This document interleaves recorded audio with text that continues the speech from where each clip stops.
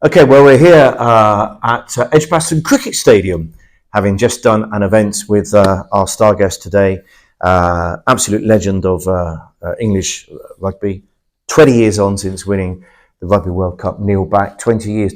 Sometimes does it feel like 20 years, and other times is it still 5 minutes? Is it still very vivid in your memory? Well, it's still very vivid. I can't believe it's been 20 years nearly, 22nd of November 2003. Um, Fortunate to do a lot of events leading up through this World Cup and obviously to celebrate that anniversary. So meeting up with the guys, and we just have to look into each other's eyes and we say 1,000 words, and that's where it needs to stay. I was going to ask you that. It's an experience that very, very few people, basically just the squad and particularly the team and those who came on off the bench, it's something that you and you alone shared, and that makes you a very exclusive club in a way, doesn't it? Until the day you breathe your last breath. Well, it does. I mean, I'm surprised another Northern Hemisphere team, England or another, hasn't won it. Hopefully, with this current World Cup, France, Ireland, Scotland, maybe. But South Africa looked powerful. New Zealand, although they lost the opening game, you never know what's going to happen there. But thankfully, two of those top four go out ahead of the semi-final. So it gets tougher as we go. Hopefully, England will get out of the pool stage. I'm sure they will now. Get to a semi-final maybe if they can defeat Wales, Fiji or Australia in that quarter. Yeah, get to the semis. We'll talk about the World Cup in a second, but you'll always be remembered for not just winning the World Cup final, but what an epic game. I don't know what it was like playing in it, but watching. I was in the stadium watching it, and it was backwards and forwards, backwards and forwards. You were always ahead, apart from right at the beginning when you conceded a try, right in the early few minutes. But you had to win that game about 3 times. I mean, as drama goes, that was as dramatic as you can get in sport, and in the context that it was the World Cup final. I think it helped that squad that leading into that World Cup final, we'd won 21 out of 22 games, and that one we'd lost, game 15 against France ahead of the tournament, 17-16, was disappointing, but probably a good thing. It grounded us going into that World Cup. So the World Cup final, we felt that we could beat anyone in the world, and we'd proven that over the last couple of years. So it was pretty calm on the pitch. There was no one losing their rag.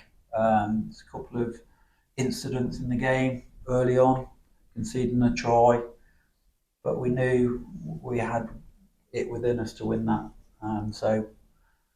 But when the final whistle went, it was relief that all that sacrifice and effort by so many people, players, coaches, fans, family members, was all worthwhile. Tell us about how you reacted to things that didn't go well. It's a nice, I think, lesson for anybody working in the team, whether it's sporting or a business environment, because I think at half time you led 14-5, which was a handsome lead in the circumstances, but wasn't quite game one. But you should have had it wrapped up by half time already. Well, by half time we could have been 21, 23 points to 5. I mean, they missed a kick, so it could have been 7. We didn't take it, so you have to deal with that. It's 14 points to 5. The second half, we played some good rugby. It's interrupted by penalties at the scrum, which flatly kicked. We lost the second half 9-0. 14 all after 80 minutes, and then a player in Phil Vickery, that was tight head prop, had probably one of the best games of his life in the scrum, but got penalised. The referee saw it differently, so it was smart management to bring Jason Leonard on, who basically had a word with the referee, winning 114th cap for England. Basically said, I'm not going to scrummage, I'm not going forwards, backwards, up or down, you can't penalise. We didn't get penalised again at the scrum. So we had that ability to make cool, calm decisions under pressure, and so the rest is history. Talk us through those last 30 seconds, because again, you are actually quite cool and calm, considering that the clock was ticking down. Everybody else could see the stadium clock in the stadium, or if you're at home on the TV, and it's, oh my God, it's like they're nearly out of time. But you had this move, the line out, and eventually it got to Johnny Wilkinson to pop the drop goal over. You stayed calm, and that's because you'd already lived through that moment, hadn't you, countless times. Yeah, we'd rehearse different scenarios, and that was one of them. You know, behind with seconds to go, what do you do? Off line out scrum, or a penalty, or sort of free kick. And we've probably done what we did in those last moments of that game probably 40, 50 times over the last 5 years. So we knew collectively what we needed to do and how we were going to do it because we'd rehearsed it. You know, we basically worked between the 15-metre mark. So if we scored a try, great. If we got a penalty, it'd be easy to kick or be in position for a drop goal. The move worked perfectly, almost. And when you look at the start of it, a line out throw to Lewis Moody at the back didn't hit him double top, it hit him about there, but that's all it needed to do because the Australians thought we'd throw it to Jono at the front or Benny Kay, the line out leader, in the middle to win possession that late on in the game. But the cool and calmness of Ben Kay to make that call and for Steve Thompson to hear that call and act upon that call and throw a good enough throw to win the possession, the rest, you know. But it didn't stop there, did it? Because you know, Johnny Wilkinson was in position. Everybody could see that. But even though there seemed no time left, there was still time for you to improve Johnny's chances of getting that drop goal over. Yeah, well, when we won that ball at that first contact area off the line out, you know, Johnny was in the pocket where he needed to be. Dawes saw that, and all the Australians were a mile offside anyway, and were shouting, "Drop goal! Watch the drop goal!" And Dawes saw that and was clear in his mind and acted with absolute ice cold blood in his veins and took the opportunity and made a break further than we sort of expected. And then I found myself at scrum half there. I looked into Johnny's eyes. I remember it vividly now. And then Jono appeared and blocked out the stadium pipe. So I give him the ball. So you're about to pass it to Johnny Wilkinson. Yeah. At that moment, when Jono appeared, you know, like 6'7", 97, he could have put a bigger dent in their defensive line, but he didn't. He made about 3 or 4 inches. Yeah. Because he had the coolness and thought that if I just recycle this ball, we'll recycle Dorsal back into his position. And you also got the Aussies back into, because they were all offside, weren't they? Yeah. They had to get back into their ruck. Well, and they were offside. I was fighting to like drag them back on side. Yeah. The side of that ruck. They were offside, but I bet you if Johnny's kick had have missed, yeah, they wouldn't have penalised them. Yeah. But we'll never know. But thankfully, that kick, Johnny got 1 out of 4 for the day up the drop goal. Let's just talk about that. I know, you know, people are under pressure on a daily basis, whether it's at home or whether it's at work. But Johnny, by his ridiculous standards, hadn't actually had a great game. He missed 3 drop goals, hadn't he? He missed a kick, which for someone like Johnny was, you know, terrible for him to do by his own mindset. And there he is, knowing the ball's going to come to me, and I'm going to have a good drop kick. I've missed 3 in a row, but I know if I get this over, we have won the Rugby World Cup, or we've nearly won the Rugby World Cup. They had time to kick off, but still, it was a big ask for them to score again. Now, most people would say that's an awful lot of pressure. If you thought about it, I'm guessing you didn't think about it. No, he'd stood in that position over there many years before and practiced thousands of kicks. They had that mentality. You know, this is another opportunity. It's just another kick. Yeah. You know what I mean? Obviously, I want to get between the sticks, and he bisected the pole. So, and then you can forget about those other 3. Yeah. You know, if things had gone differently, then you'd look back at how we coped with our crossfield kick with Jason Robinson after 5 minutes. Benny Kay dropping the ball over the line after 25 minutes. Yeah.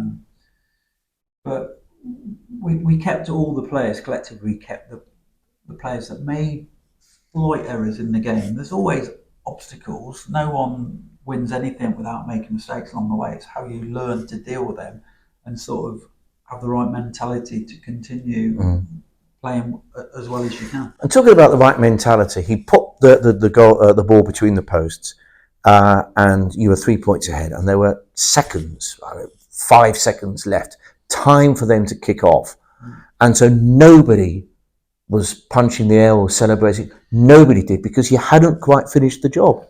Now, when that ball went between the poles, I looked up the stadium clock. There's 22 seconds left. Right. When I looked at, and obviously there was time for a kick-off, so we had to fight to get back into position. And to be honest with you, a few of the guys were slow to get back in position, and they got into position they wouldn't normally be in. And Trevor Woodman was one of these, and unbelievably, the Australians picked him out. Yeah. So it's a big prop, great scrummager, probably not the person you'd want to be catching a ball from a great height in those circumstances. 100%. But he did the job, and that was as important as Johnny kicking that goal to winning that World Cup. Pass it out to Mike Catt. And then he puts it in the 10th row of the stand. But then we didn't celebrate until the referee pierced his lips, blew the whistle and said, "It's over." Right. And then we celebrated. And what was the overriding emotion at that moment when the whistle went and we've won the World Cup? Relief that all the sacrifice from the players, the coaches, the supporters, our families was all worthwhile. It would have been an absolute disaster. There's a few stories about things that happen with families and that we've not got time to talk about now. But winning it, you forgot about all those things. There's a nice story. It underlines the sacrifice that you had to do, because your wife was in the stands, your daughter, who was 3-4 years old at the time, 4 years old at the time, and your son Finn, who now is on the books at Nottingham Forest and going great on loan in Carlisle at the moment. But there's nice big future for him in football. But he was a toddler or a baby, really, wasn't he, at the time? And you went over, didn't you? You just won the World Cup. You wanted to get your daughter and your son to go and receive your medal and be there on the podium. But he wouldn't come, would he? My first thought was relief, but then where was my family? I knew in that stadium 82,000 people, and within 30 seconds, I hooked up with them at the side of the pitch. It was amazing. Did you not know where they were? No. So you found them? Not a clue. Not a Right. clue where they were. So obviously, Livia went to her first game at Twickenham at 2 weeks old. Got in the coach ahead of Prince Harry and William. Right. Thanks to Jane Woodward, Clive's wife. So she'd have been around the scene. And in fact, on the podium, Martin asked Olivia if she wanted to accept the trophy. Really? She said, "Yeah, I'll do it, Jono." And I said, "I think we'd better let Jono do this." But So just to be clear, your daughter nearly was the first person on that podium to be given the Rugby World Cup. Yeah. And Jono offered that to her. This shows what type of guy Jono is. I mean, we won multiple Premiership titles and back-to-back European Cup titles with Leicester, and a few of those Premiership trophies and both the European Cup trophies, he didn't actually lift the trophy. He let a player who had a significant moment and was about to retire lift those trophies. Yeah. So Jono, it wasn't about that, but that World Cup for him was the last piece of the jigsaw. Yeah. And as a captain as well. Sure. But your son wouldn't go with you. No, Finn, I mean, it was late, obviously, over in Australia. He'd been in the stadium for probably a couple of hours.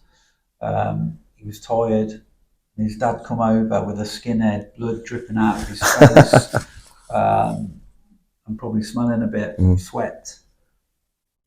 But he wouldn't come up because he didn't know me. You'd been away a lot, hadn't you? Been away a lot with obviously playing, training tours, pre-tours, and that. So he didn't know me. I think so. That outlines the sacrifice. I mean, it wasn't just me. Everyone sacrificed to be there, and I'm glad we did because it was enough.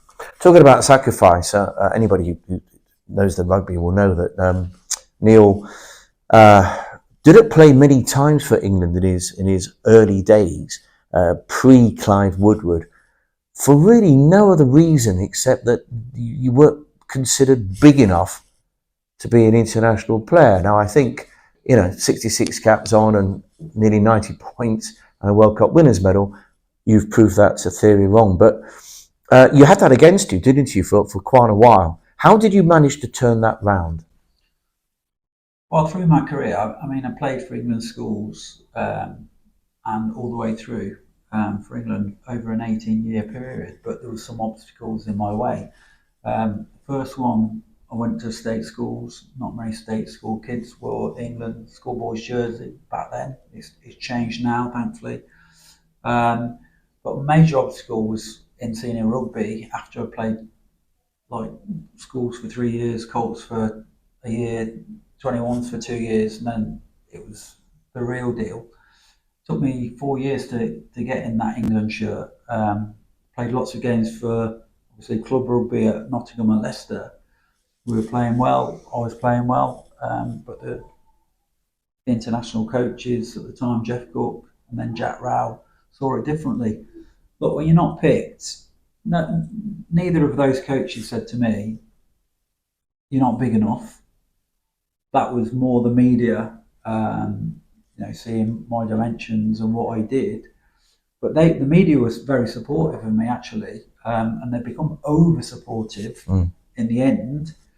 And if you're an England manager and the press are saying, "Oh, you've got to pick him," they're going to say, "Well, I picked the team." But ultimately, you don't get picked because you're not good enough. So I went out on a sort of campaign, take stock of where I was, where I wanted to get to, and planned how I was going to get there. And I reached out to head of sports science at Loughborough University and became a pro 4 years before the game turned pro. And really, 2 years later, I got my first cap. A year later, I went to my first World Cup of 3 and then won everything you could win in the game as a Northern Hemisphere player. So, and something else as well. That if you're good enough, you're big enough. Exactly.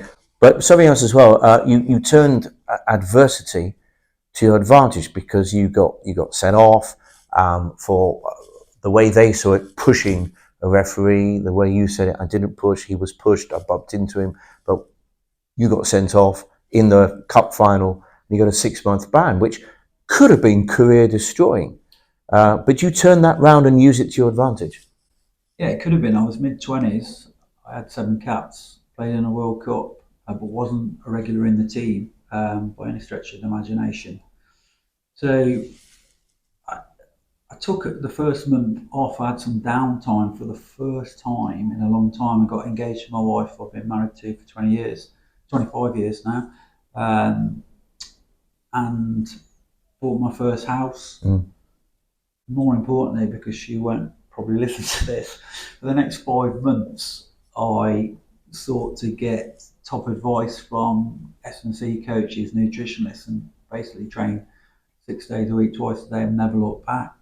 After that, on 3 Lions tours, another 2 World Cups, and won everything you could win. So I invested in myself basically. If I was not going to be picked, it was never going to be through lack of effort. It was because I wasn't good enough. And I proved that I was. Yeah. So lastly, Neil, the current Rugby World Cup, I guess 2 schools of thought when it comes to England. One is, it's not great watch. They're not playing particularly well. Compare them to France or Ireland or South Africa, slightly different style, but still, and they got no chance of beating them. The other school of thought is they played the 2 hardest games in the group. They've won 2. The first game against Argentina, 14 men for 77 minutes. They're winning. They're growing. May not be pretty, but it's all about winning. But which view do you subscribe to? Well, I think Samoa would take odds with we've played the best 2, but certainly we've played tough games, particularly the opening game against Argentina, and we found a way. And they were given a massive obstacle with Tom Curry going off after 3 minutes and then remaining off the field for the rest of the game. So they've done well. They've won 2 out of 2. Running into the tournament, they've won 3 out of 9. So they weren't in a great place. They're getting better. When you win, it creates momentum and belief. So I fully expect England to win the next two pool games against Chile and then Samoa. And then we face Australia, Wales or Fiji. And we've lost to all of those over the last sort of 18 months. So we're not in a great place, but we're getting better. And if we put 4 wins on the bounce, that just changed the mentality. And we're a team that can beat anyone on the day, but can we win 3 games on the bounce in the knockout stages? I would have slight doubts about that, but I wish them well. If they win it, I'll be the happiest man in the world. But I just want a Northern Hemisphere team to win it. Well, there's a chance, isn't there? 'Cause France clearly going to be very, very difficult to beat on home soil. They proved it against the All Blacks with comprehensive victory against the All Blacks. Ireland are going really well, not being tested, but they will be against South Africa at the weekend. And South Africa, I guess the same. They'll be tested against Ireland. They're looking very strong as well.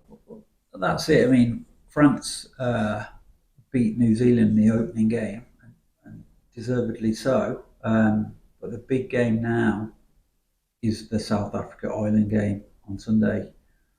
That will tell a lot where Ireland are in particular, whether they can get beyond the quarter-final.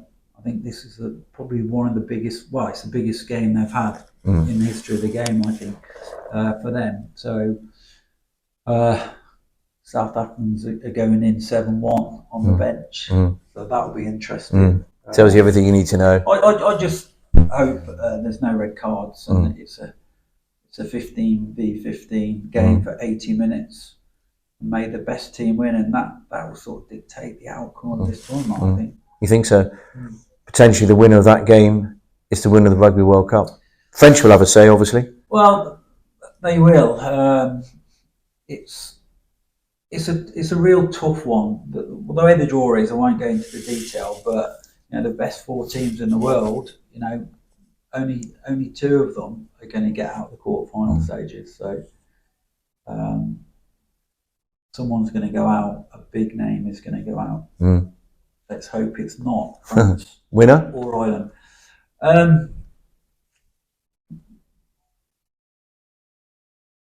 I think it'll be a France-South Africa final. What an occasion that would be! Yeah, it'll be immense, and I hope that France win it because I want another North. I didn't ask you who you hoped would win it. I asked you who's going to win it. Well, South Africa. South Africa. I can't see beyond them, but that may change after Sunday when they take on Ireland. That's a massive game. And Neil, finally, I hope the answer's no. Do you ever tire about talking about 2003? I hope you don't, because it's a very, very, very special moment for a lot of people, actually, but particularly for those on the pitch. No, I don't tire about talking about it, especially when you meet new people, because they've got a story of where they were, whether they were over in Australia or watching it somewhere around the world, and those people gave a little bit to us that may have been the difference between winning and losing when it all comes down to it. So I like meeting people, sharing stories, and thanking them for their support, because they were a part of our success.